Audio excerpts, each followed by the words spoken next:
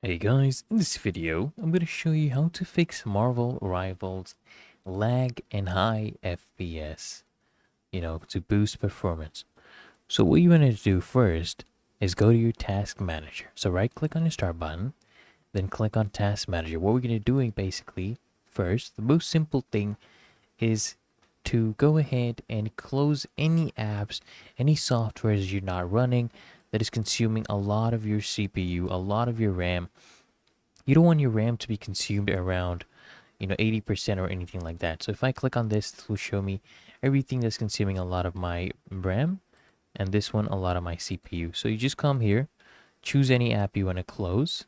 So tap on that app, click on end task. Okay, really that easy and simple. And then what you can do, another method is, let's close this. All right, click on your start button, then click on run. Just type in sysdm.cpl. Press OK. Now, this is what you want to do. I'm going to help you increase your FPS. So, under System Properties, you want to come to Advanced, and then look for this option for Performance. Click on Settings. So, we're going to be increasing our virtual memory. So, click on Settings, click on Advanced, right here. Okay, the second tab. Come here, down here under Virtual Memory, click on Change.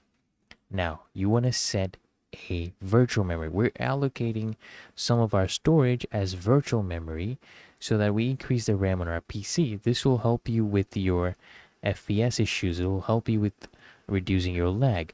You want to set your RAM size, your virtual RAM size, to about a minimum of 1.5 times your actual PC's RAM, and at least the maximum should be 3 times your RAM.